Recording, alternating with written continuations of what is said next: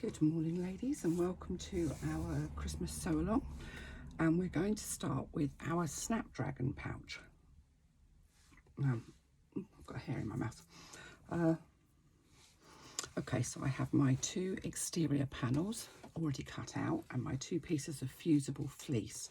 Now, if you don't like fusible fleece, you can do this without any kind of stabilizer. I just think it gives it a puffier, squidgier feel. A little more protection for whatever you've got inside of your pouch. So I've already interfaced these with my woven fusible interfacing, and they're cut to the size that the pattern tells you to cut them to. So we're going to apply our woven, fusible interfacing. Now your fusible interfacing is smaller than your exterior panel, so you need to position your fusible interfacing, your fusible fleece, centrally. And I haven't cut that very well by the look of it because it's actually a little bit bigger than it needs to be. You should have 1/4 of an inch all the way around the outside. So I'm positioning it with the rough side facing the wrong side of my lining panel. Now fusible fleece has quite an obvious side that's got little tiny bubbles on it. It feels rough to the touch, and those little tiny spots that you can see are the glue, and that's what we need to melt. So I'm putting it glue side down centrally onto the back of my exterior panel, and then I'm just going to hold that in place and turn it over. I'm going to take my iron and I'm just literally going to plonk it on. That's the highly scientific version of it.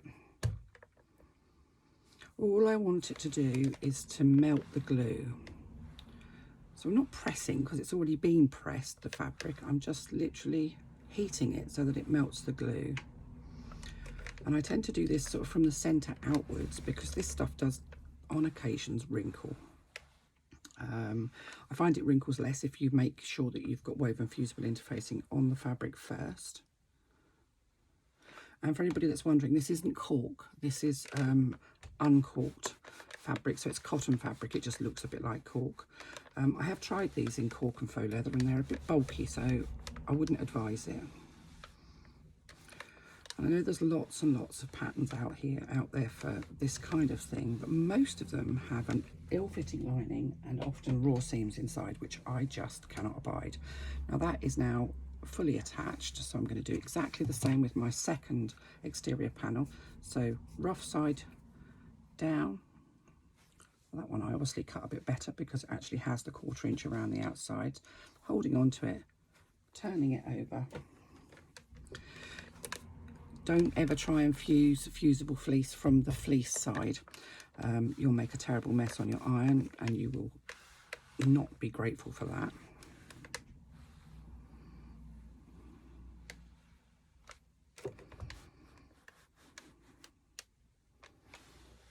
What I usually do when I use any kind of fusible fleece is I leave it to cool down before I stitch. So this stuff has got a bit of a reputation for bobbling up.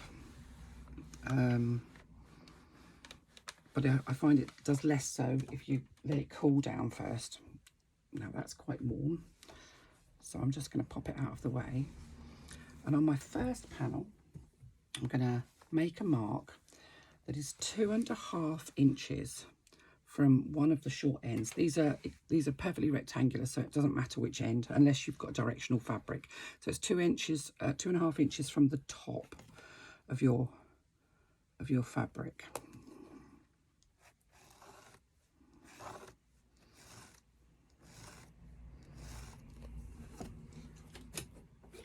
And you can do it on both if you want to, but I'm only going to do it on the one because it really doesn't matter. And then I'm going to lay my two exterior panels right sides together, matching up all of the sides and those bottom corners.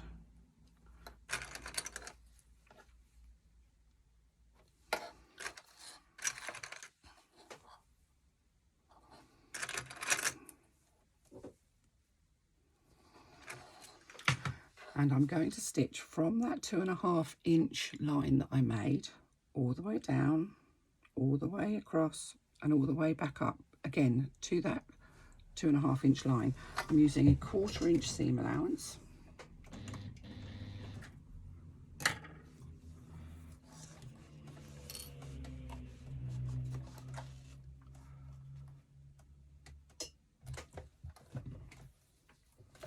I'm just going to back stitch a couple of stitches at the beginning to secure my stitching. Now these are really quick to make, and once you've made one, you'll make hundreds of them.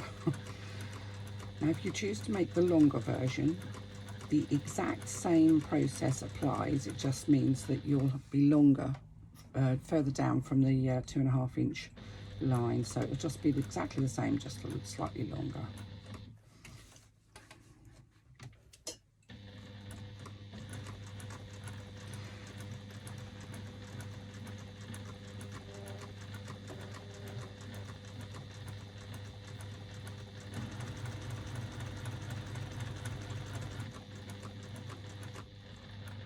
If you've cut your fusible fleece the right size, you should find that your stitching sits within the edge of your fusible fleece, so you haven't got any fleece in the seam, so it reduces the bulk.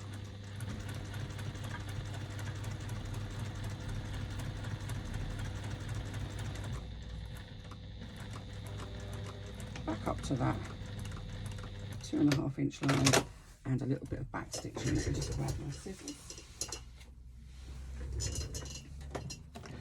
Right, now you can still see my 2.5 inch line. So from just below, I'm going to say 1/4 inch below that 2.5 inch line, I'm just going to cut in, and I'm going to reduce down my seam allowance by approximately half. At the corner, I'm going to trim off the corner. I'm going to trim along the bottom again by approximately half. Trim off the corner. Coming up the other side to about 1/4 inch below that line, and then I'm just going to curve that out. Get rid of my tail ends, and you can see there that I've just curved. I've removed all of the bulk from the seams on the lower part of my exterior fabric, and that's your exterior done. How quick was that? Fabulous, eh?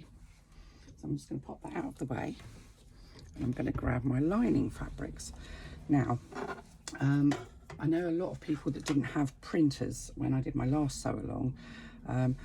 You can cut your rectangle the size that it says in the pattern, do your 2.5 inch line, and then along the bottom of your rectangle, and I've already actually shaped this, make a small mark that's 1/4 inch in from the very edge, and you can trim off that point of that extra fabric from the 2.5 inch line to the 1/4 inch mark, which will give you your shaped linings, which will mean you don't have a baggy lining in your pouch.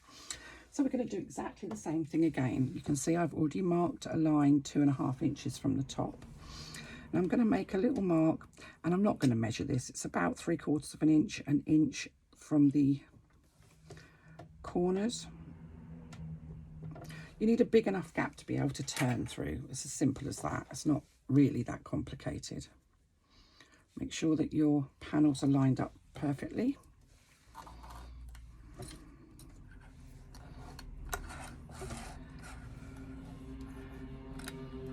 And they're right sides together. So I've got both of my lining panels there, right sides together. And I'm going to do the same thing again, but I'm not going to stitch across that bottom where I've made those two little marks. I'm going to go from here down into that mark. But when I get to that mark, I'm going to stitch out off of the edge of the fabric effectively. I'm going to do exactly the same on the other side. Again, a 1/4 inch seam allowance. Back stitching at the beginning.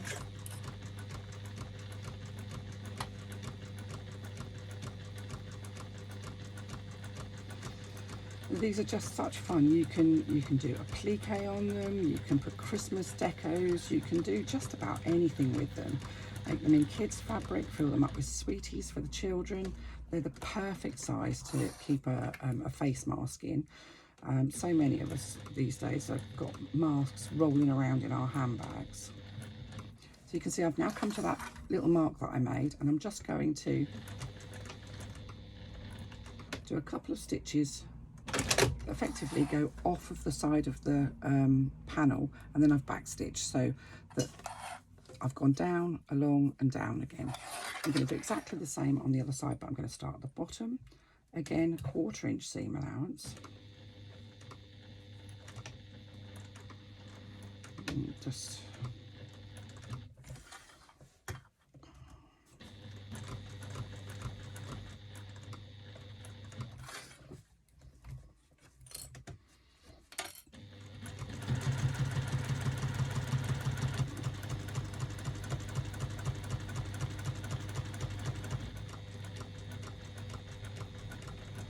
back up to that line. Don't go any further than that 2.5 inch line though.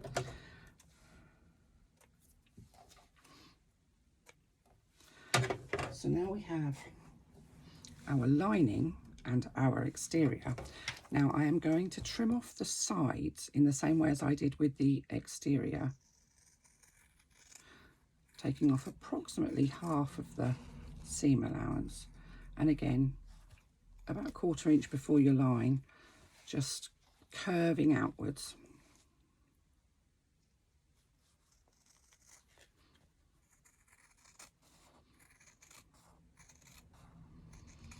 I'm not going to take off any of that bottom, but I am just going to trim off the corners there. And there we have our lining and our exterior completed. So I'll come back to you with the next one and show you how we join them together to make our pouch. It's a really quick and easy project. So we're going to join them together in the next video.